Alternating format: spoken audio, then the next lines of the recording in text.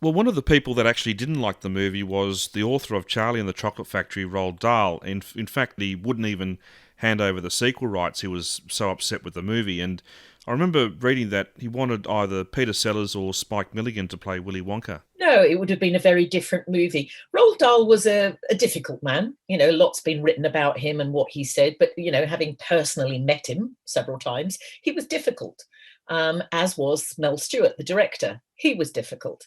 They even knew that Roald Dahl would be tricky before shooting started. And the executive producer, whose name was Robert Newman, was brought on because he knew Roald Dahl socially. So he was kind of brought on the project to wrangle Roald Dahl because they knew he'd be difficult. He didn't like anything changed. So if you actually read the script, an awful lot of it is directly lifted from the book. The dialogue is lifted from the book, which is fine and it works.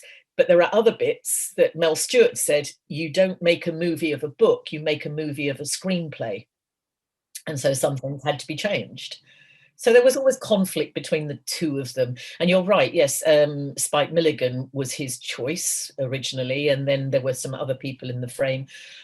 Joel Grey was a contender for a long time. That was from the American side of things, but Joel Grey was not known for his height, and they thought that wouldn't there wouldn't be much of a distinction between him and the Oompa Loompas. So along came Gene Wilder. Another one that was thrown into the mix was Fred Astaire.